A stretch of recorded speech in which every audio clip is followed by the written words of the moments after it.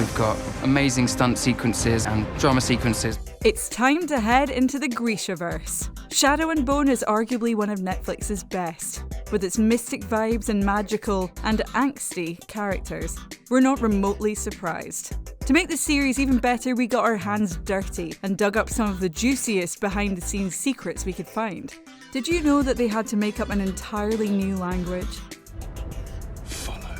If you've read Shadow and Bone, you know just how huge the Grishaverse really is. That meant bringing the series to life visually took a lot of planning.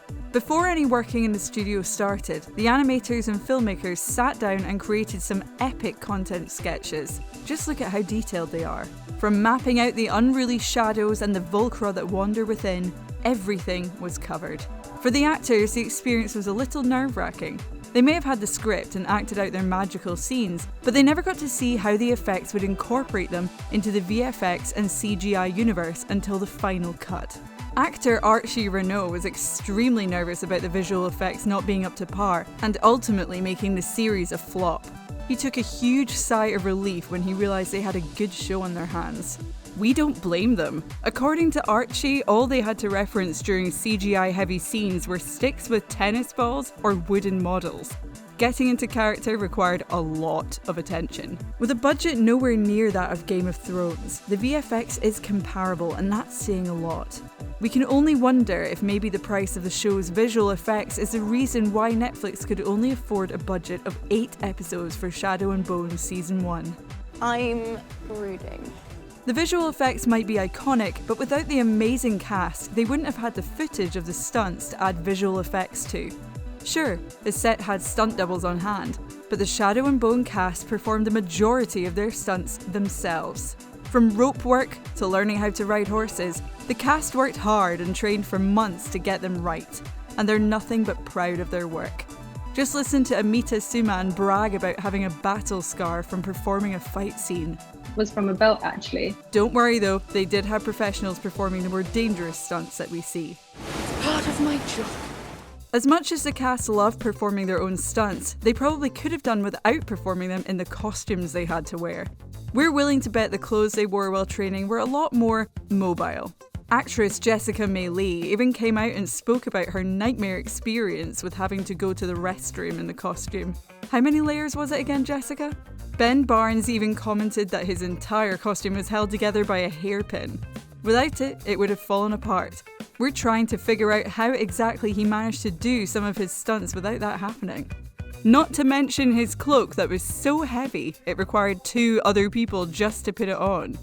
Archie also needed a little extra help with his costume. His boots were basically impossible to get off without someone's help, but eventually he learned some tricks. The costume struggles began even before filming. Anita says she had to go through multiple fitting because Inej's knives just weren't sitting on her body right. It's just as well. This outfit is ridiculous. While we know a lot of effort went into bringing the magic of Shadow and Bone to life using visual effects, there was hardly any green screen used for their actual locations and background shots.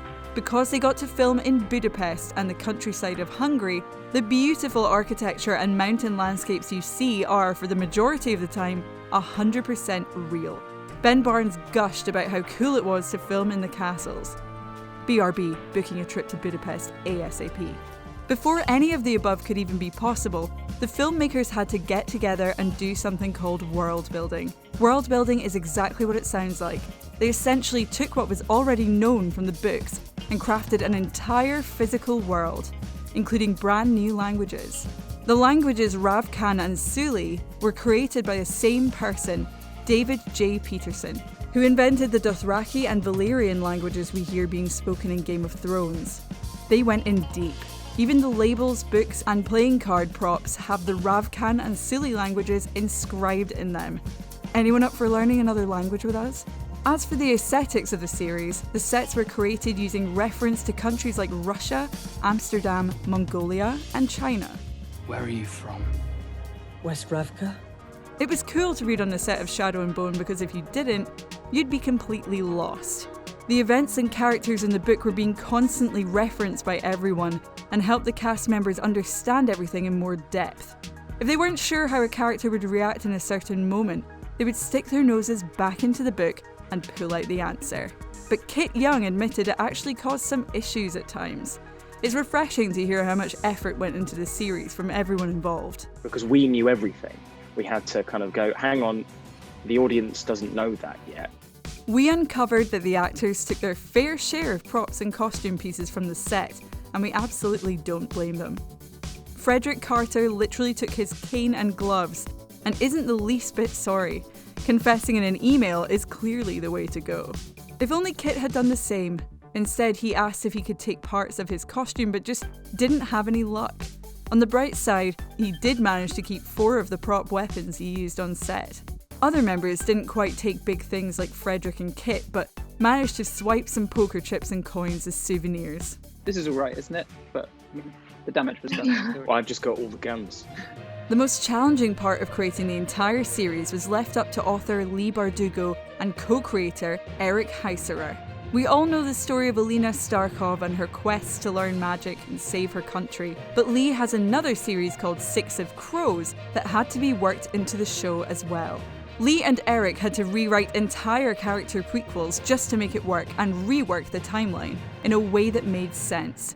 So if you had read the books and were a little confused as to how the 2 series were meshed together, here's your answer.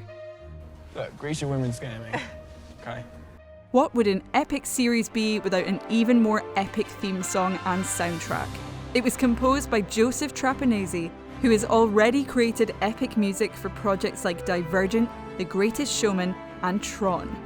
For the theme song, they stuck with the Slavic theme, in order for it to fit perfectly with the series' Russian-inspired roots. Author Leigh even gave it her stamp of approval the first time she heard it. After spending months in Budapest together, it's no surprise that the cast became the best of friends. Just one look at their Instagram accounts and you get a sneak peek at how much of a family they became both on and off set. Amita said that the connection she had to everyone is what made the experience amazing for her. She was convinced she had met Kit before the chemistry read because of their strong connection. For some reason, I was just like, mate, have we met before? Their love for one another translated into love for their characters. The series became so important to them that Inej, Kaz's and Jesper's weapons were all presented in a ceremony because of how iconic they were. Even Shadow and Bone author Leigh became part of their family. Just take a look at how emotional they were the first time they met one another. One thing is for sure, their chemistry definitely translated on screen. Who are you?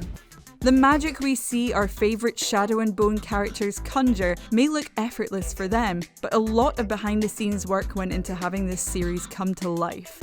It definitely gives their audience a whole new perspective on what they see on screen. Which behind-the-scenes secret surprised you most?